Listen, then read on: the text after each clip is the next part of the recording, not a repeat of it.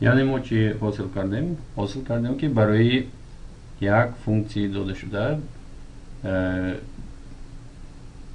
فونکسی ابتدایش بنیاد بسیار می باشد. یعنی اینجا دیدن ممکن است که x کوب تقسیم 3 یا x نشان دهندش 3 تقسیم 3 جمع 1 هم فونکسی ابتدایی است، x نشان دهندش 3 تقسیم 3 جمع 2 هم فونکسی ابتدایی است و هاکذا.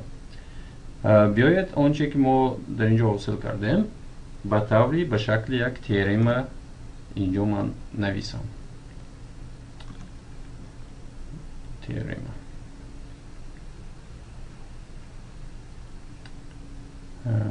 میخوام با سیاه نویسم.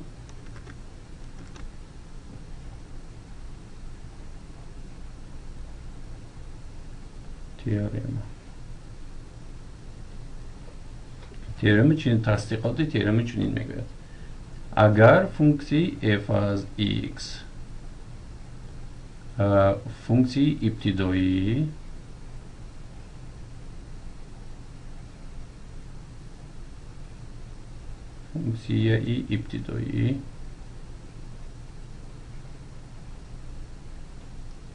f خورد از x باشد، f خورد از x در فاصله x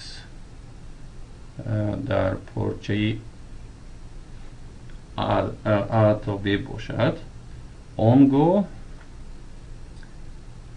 دلخواه فونکسی ابتدایی را در نمودی زیرین fx جمع c که در اینجا c عدد دلخواه است نوشتن ممکن است. x در x آنگاه دلخواه فونکسی ابتدایی را در نمودش زیرین نوشتن ممکن است. این مضمون آن را دارد که اگر با فونکسی f خورد از x من یک فونکسی ابتدایی را حساب کنم، این یک فونکسی ابتدایی است.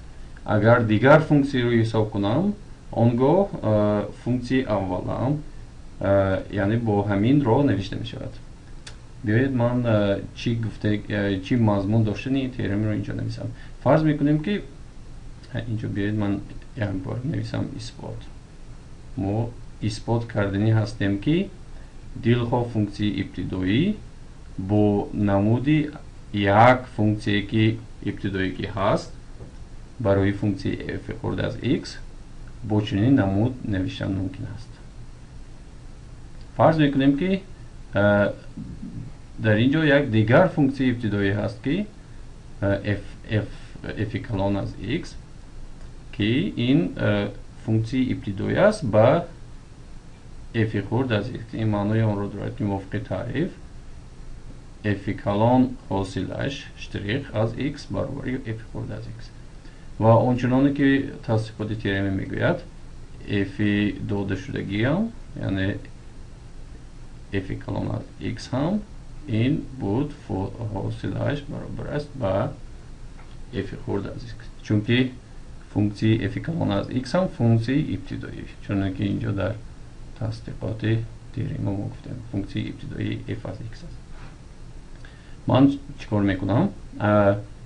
من نشان دادنی هستم که من این فونکسی نوعی که من نوشتم با واسطه یگان کانستانت جمع این فونکسی داده شده. این فونکسی داده شده در تئرم داده شده است.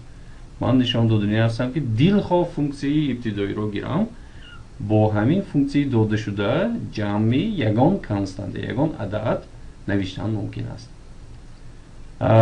از هر دو طرفی برابر را من از یک دیگریش طرح میکنم، یعنی طرف چپی برابری طرحی یکم مثلا فی شتریخ از x مینوس f کلان شتریخ از x این برابر می شود با f خورد از x مینوس یا طرحی f خورد از x.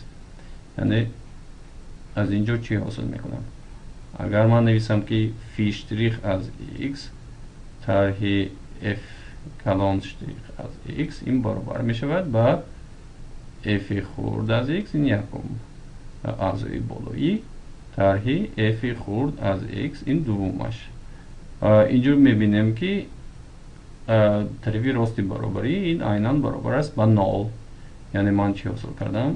فی اشتریک از x طرح f اشتریک از x برابر است با 0. اکنون خاصیتی حاصله چی میگوید؟ حاصله این فونکسی خطی است.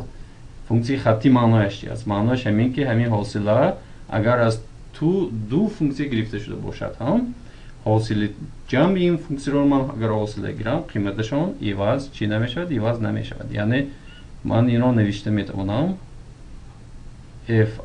فی از x مینوس f از x همین رو من میگیرم حاصله اش این برابری 0 چونکه طرف چپ برابری آخرین برابر است یعنی برابر خوب است به طرف چپ برابری پیش از آخرین.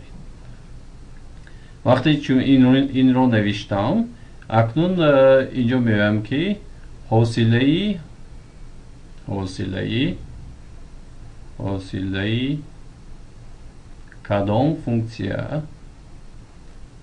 کدام فونکسیا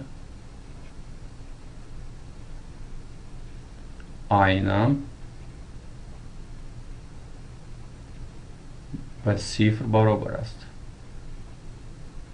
همین سوال رو من اکنون جواب دادیم چون اینجا فی از x این یک فونکسی بود، f از x فونکسی دیگری، از فی از x f از x رو گرفتم این یک فونکسی دیگر شد. بیاید این رو من اشاره نمایم به یکم فونکسی دیگری اشاره میکنیم یکم فونکسی دیگری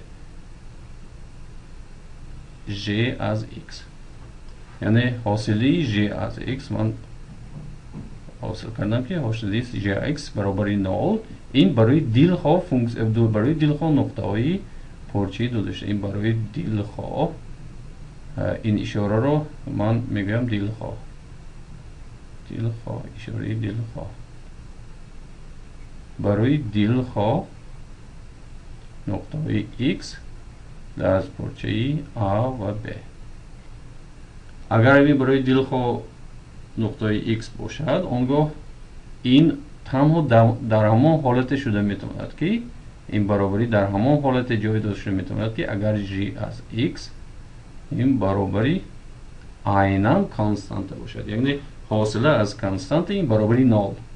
یعنی از اینجا حاصل کردیم که فی از x مینوس f از x این برابر است به کانستانت. این برابر است به کانستانت. یعنی از اینجا با چی رو ما اثبات کردیم بودیم؟ ما اثبات کردیم بودیم که دلخواه فونکسی ابتدایی دیگر فی از x برابر است به f از x جمع c آنچه که ما اثبات میکردیم.